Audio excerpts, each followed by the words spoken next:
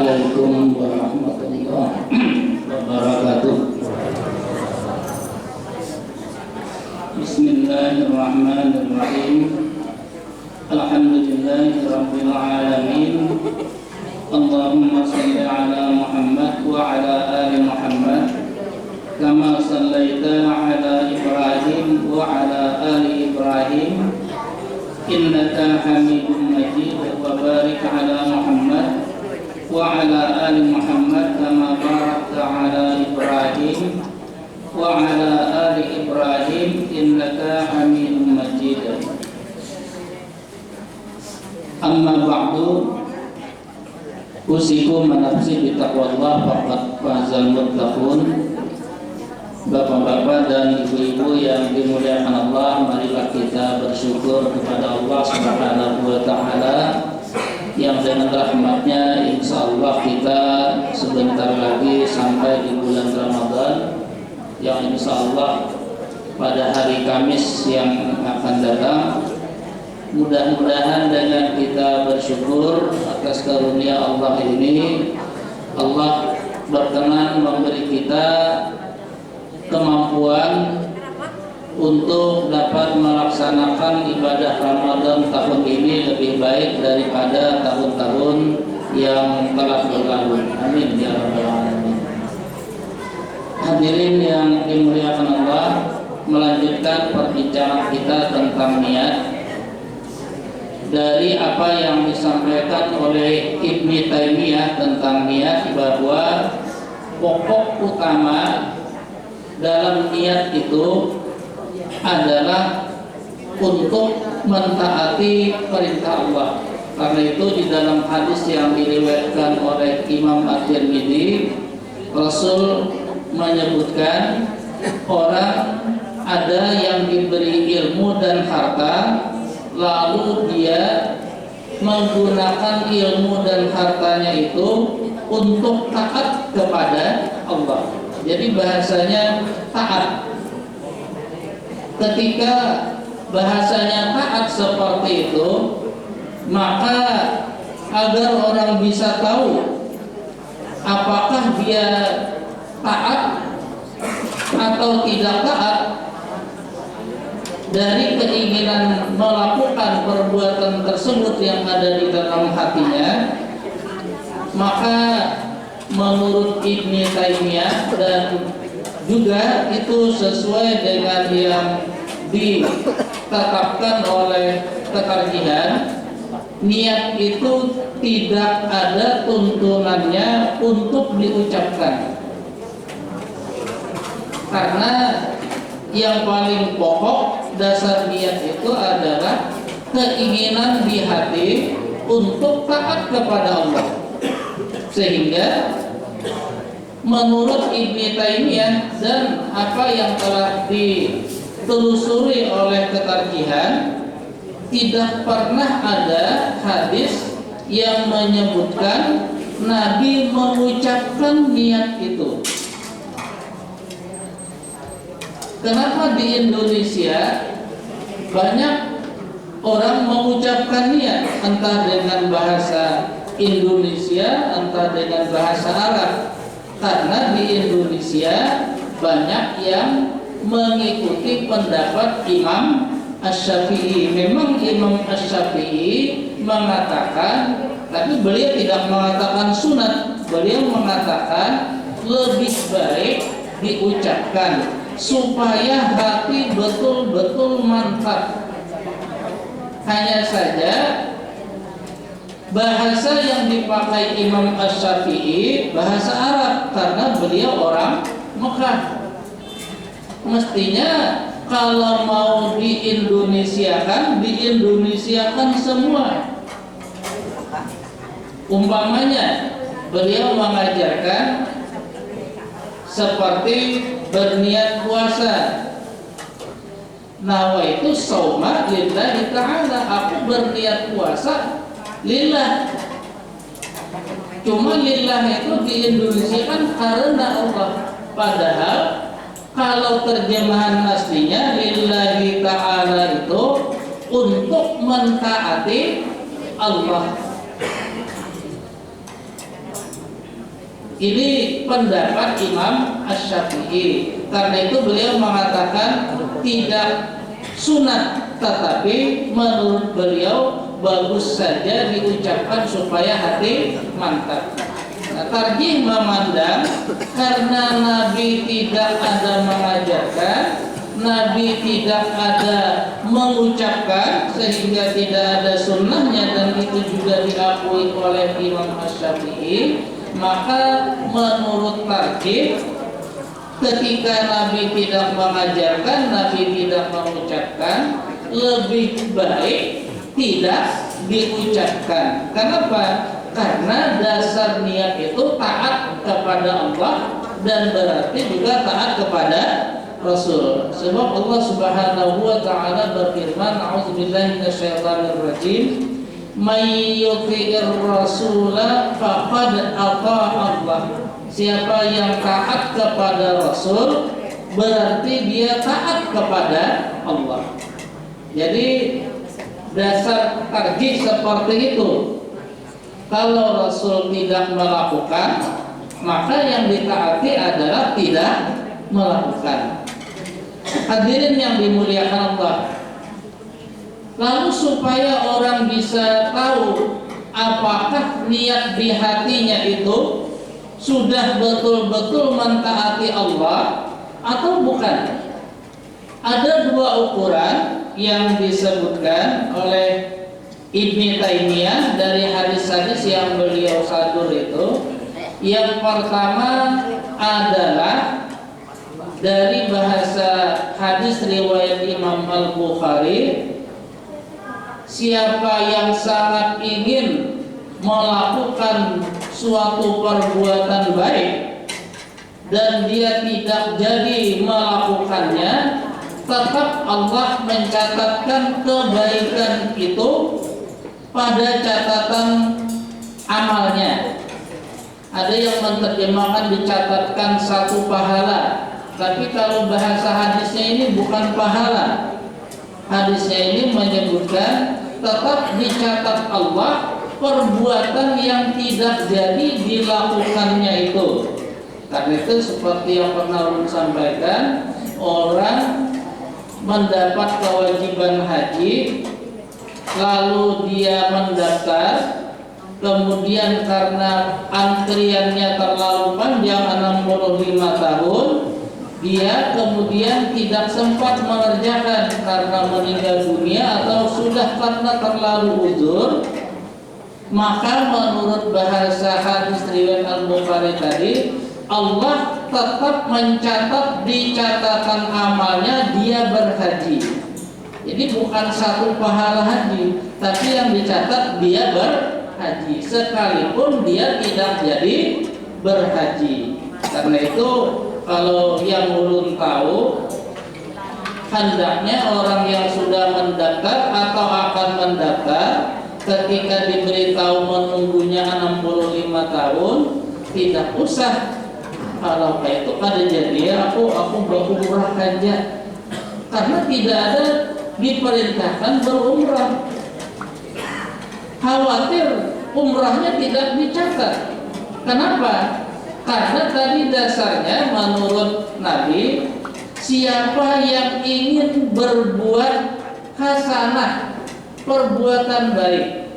Perbuatan baik itu apa maksudnya? Perbuatan baik itu yang ada perintah Allah dan Rasulnya.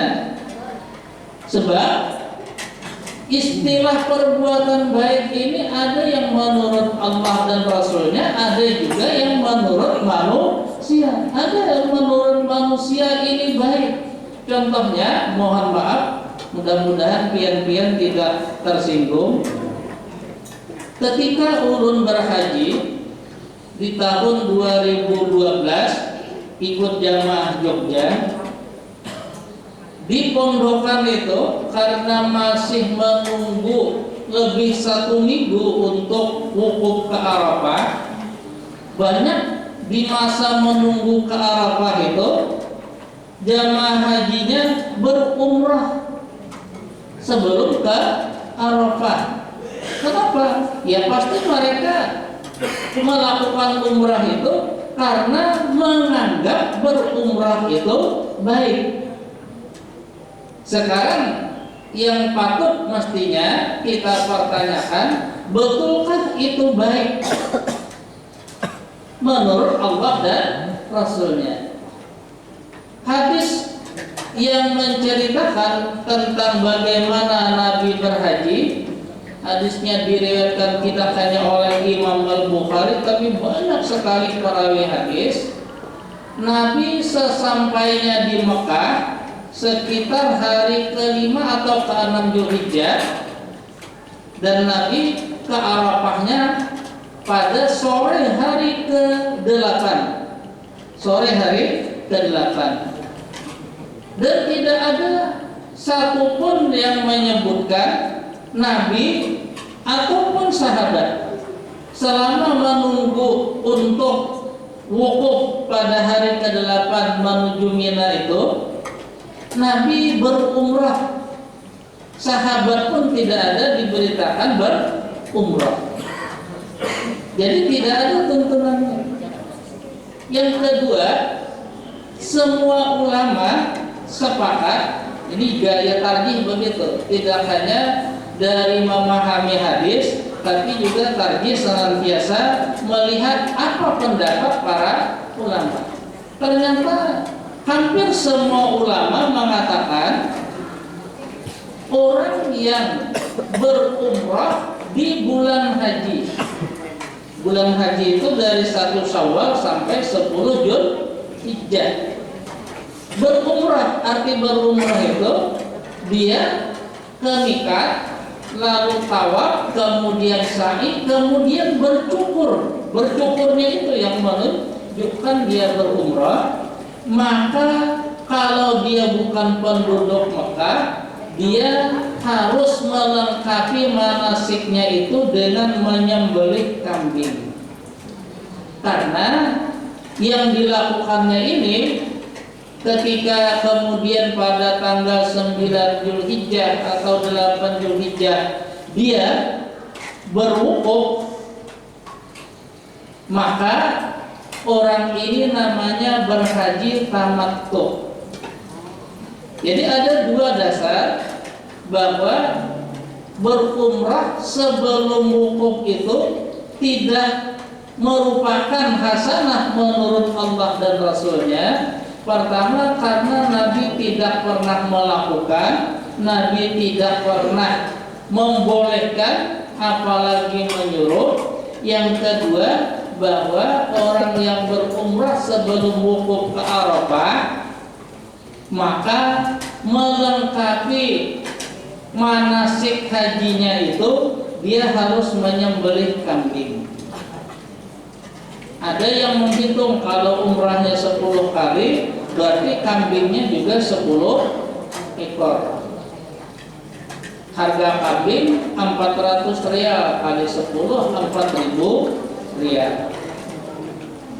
Jadi karenanya menurut syariat ini bukan hasanah, walaupun barangkali hampir semua orang menyebut umrah itu perbuatan yang hasanah.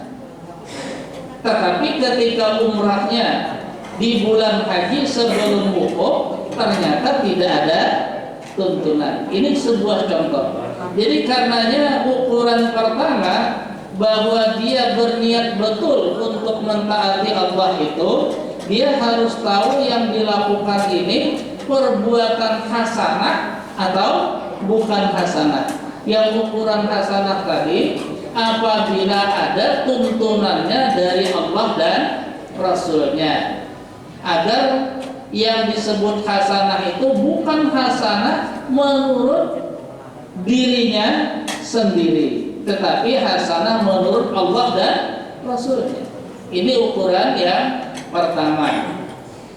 Lalu ukuran yang kedua, karena dia ingin mentaati Allah dan Rasulnya, maka dia betul-betul ketika melakukan perbuatan tersebut tidak keluar dari ketaatannya kepada Allah dan Rasulnya. Sebagai contoh, Ibnu Taimiyah menyampaikan beberapa hadis tentang duduk dalam sholat. Karena kita tahu duduk dalam sholat itu ada dua. Ada iftirash, yaitu kaki kiri diduduki, kaki kanan ditegakkan. Ada tawarruk. Tawarruk itu kaki kiri dimajukan, kaki kanan ditegakkan, dan dia duduk di atas lantai. Kapan menurut syariat orang duduk iftirash dan kapan orang duduk tawarruk? Ketika menyikapi ketaatan terhadap cara duduk ini, ada memang banyak sekali pendapat. Lalu tarjih menawarkan, sama dengan Ibnu Taimiyah menawarkan, agar tidak bingung dari sekian banyak pendapat itu, maka cara tarjih seperti yang juga dilakukan Ibnu Taimiyah, pertama dikumpulkan hadis-hadis yang menceritakan bagaimana Rasul duduk, yang iftirash kapan, yang tawarruk kapan. Kemudian juga Ibnu Taimiyah seperti juga tarjih melihat bagaimana pendapat para ulama mazhab, bagaimana mereka memahami hadis-hadis tersebut. Di antara hadis-hadisnya ada yang diriwayatkan oleh Imam Al-Bukhari. Hadis Imam Al-Bukhari ini diambil dari ucapan Abu Humaid As-Sa'idi yang berkata bahwa aku adalah orang yang paling, ini biasa bahasa sahabat begitu, aku adalah orang yang paling memelihara salatnya Rasul sallallahu alaihi wasallam. Karena kebiasaan sahabat seperti itu, selalu memperhatikan bagaimana Rasul salat. Lalu Abu Humaid berkata, apabila Rasul duduk untuk di rakaat kedua, beliau duduk di atas kaki yang kiri dan menegakkan yang kanan. Dan apabila beliau duduk di rakaat terakhir, karena bahasanya ini firraqatil akhirah, berarti di rakaat terakhir, maka beliau memajukan kaki beliau yang kanan dan yang kiri dan menegakkan yang kanan, lalu beliau duduk di atas lantai. Ini bahasa riwayat Imam Al-Bukhari. Kemudian ada lagi hadis yang diriwayatkan oleh Abu Daud, Tirmidzi, kemudian Imam Ahmad. Bahasanya sehingga ketika beliau duduk untuk rakaat yang rakaat itu adalah rakaat yang penghabisan, beliau memajukan kaki yang kiri dan duduk di atas lantai, lalu beliau duduknya tawarruk. Karena seperti itu, jadi kaki kiri dimajukan, duduk di atas lantai. Berdasarkan hadis ini, maka ini ada dua hadis tadi. Jadi berdasarkan dua hadis ini, menurut Ibnu Taimiyah, maka yang dilakukan Rasul, yang diajarkan Rasul, dan itu yang disunnahkan Rasul ketika duduk untuk rakaat kedua, bukan dua rakaat, tapi rakaat kedua yang kita kenal dengan bahasa tasyahud awal, beliau duduknya iftirash, duduk di atas kaki kiri, kaki kanan ditegakkan, dan apabila di rakaat terakhir, bahasanya rakaat terakhir, kalau subuh berarti rakaat kedua rakaat terakhir. Kalau maghrib berarti rakaat ketiga dan seterusnya. Maka beliau duduk dengan memajukan kaki kiri, menegakkan kaki kanan dan duduk di atas lantai, tawarruk. Ini yang kemudian juga diikuti oleh tarjih. Jadi menurut tarjih bahwa yang sunnah itu artinya yang diajarkan dan yang disuruh Rasul, kalau duduk untuk rakaat kedua bukan rakaat terakhir, duduknya adalah iftirash. Dan kalau duduknya itu untuk rakaat terakhir, salat apa saja, salat sunat 2 rakaat berarti mana rakaat terakhir? Salat maghrib mana rakaat terakhir? Salat zuhur mana rakaat terakhir? Karena intinya adalah rakaat terakhir. Beliau duduk tawarruk. Maka kalau kita ingin mentaati dalam niat kita agar itu menjadi hasanah, maka yang terbaik dan yang paling sesuai dengan sunnah Nabi adalah seperti itu. Untuk urusan duduk, orang hendaknya tidak berpikir ini kan sunat, karena di kita ini terlanjur membahasakan sunat itu kalau dikerjakan dapat pahala, kalau tidak dikerjakan tidak berdosa. Itu terlanjur. Padahal tidak ada terjemahan sunat seperti itu.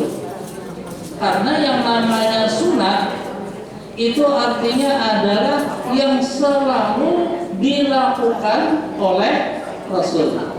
Dan Rasul menyatakan diri beliau, aku adalah orang yang paling takwa. Arti orang yang paling takwa itu orang yang paling taat kepada Allah. Sehingga para sahabat tidak ada satupun yang berani meninggalkan yang sunnah yang selalu dilakukan Rasul. Artinya ketika sunnahnya seperti itu, kita ingin bahwa hati kita berniat melakukan perbuatan itu betul-betul mentaati Allah, maka inilah pendapat mentaati Allah yang disampaikan oleh Ibnu Taimiyah dan juga tarjih. Kenapa jadi tarjih mengambil seperti itu? Karena tarjih juga mengambil dari pendapat para ulama mazhab. Para ulama mazhab berkata, yang pertama ini yang paling tua Abu Hanifah. Karena Abu Hanifah ini yang paling tua, baru urutannya Imam Malik, baru yang lebih muda lagi Imam Asy-Syafi'i, dan yang paling akhir, yang paling muda Imam Ahmad bin Hanbal.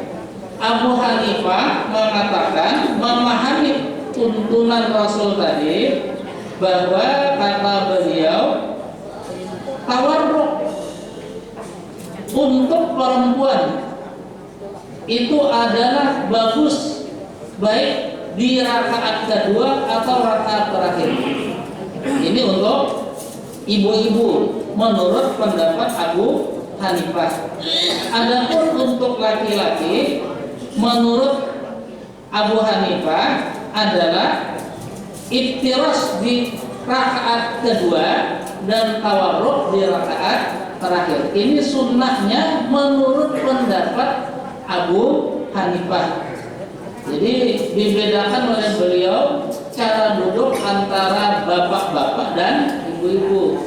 Kalau ibu-ibu dua-duanya tawarruk, tapi kalau bapak-bapak rakaat kedua iftirash, rakaat terakhir tawarruk.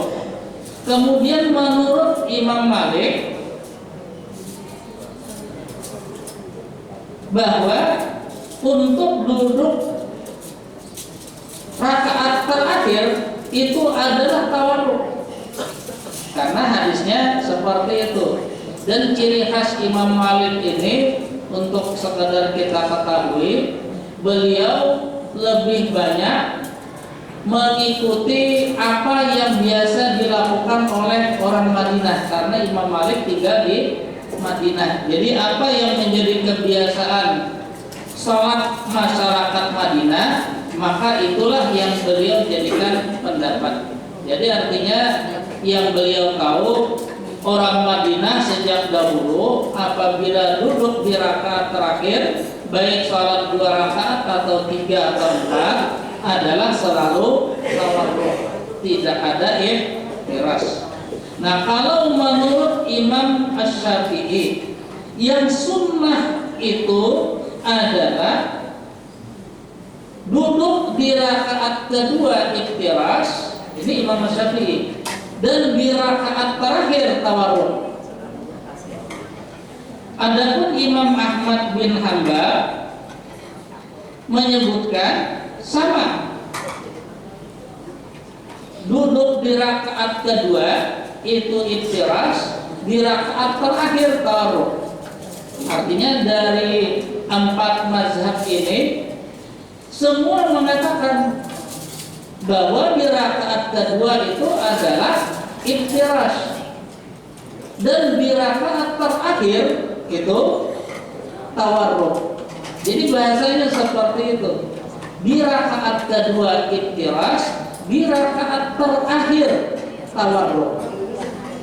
Baik Abu Hanifah, Imam Malik, atau Imam Asy-Syafi'i, atau Imam Ahmad bin Hanbal. Lalu Imam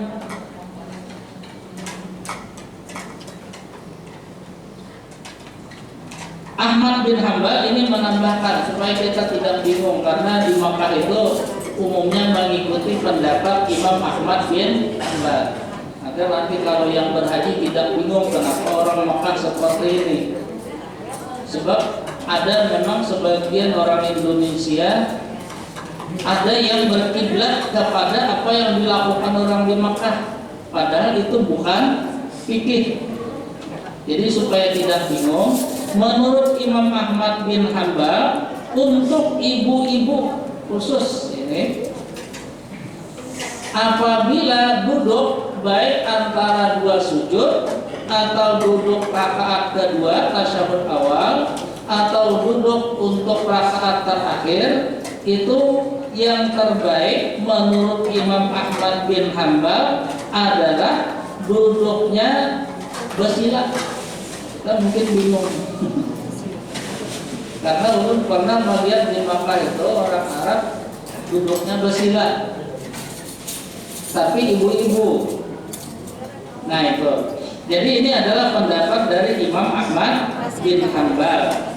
Dan ada lagi pendapat beliau, kalau tidak bersila, maka ibu-ibu itu duduknya kaki kanan dan kaki kiri itu dua-duanya dilipat ke sebelah kanan. Jadi duduknya di lantai, kakinya